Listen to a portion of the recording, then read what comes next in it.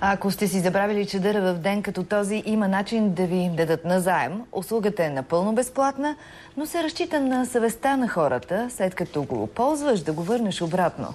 Къде е мястото в столицата, където, ако ви застигне дъжда, може да ви съдействат? В репортажа на София Стойчева и Ценко Стефанов. Идеята на служители от софтуерна фирма.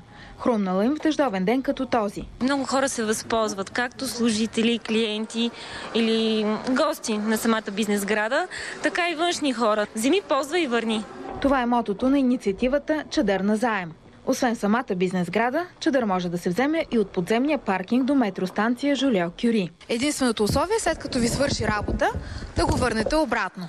Албена Панайотова редовно се възползва от чадърите на заем. Тъй като аз доста често си забравям чадъра и особено сега по-обедната почивка, като излизам, ми върши много добра работа. Песимистичните очаквания на инициаторите, че повечето чадъри ще изчезнат, не се оправдали. Само 20% липсват от един месец, което означава, че хората са съвестни. Оказва се, че чадърите са в обращение, дори когато не вали.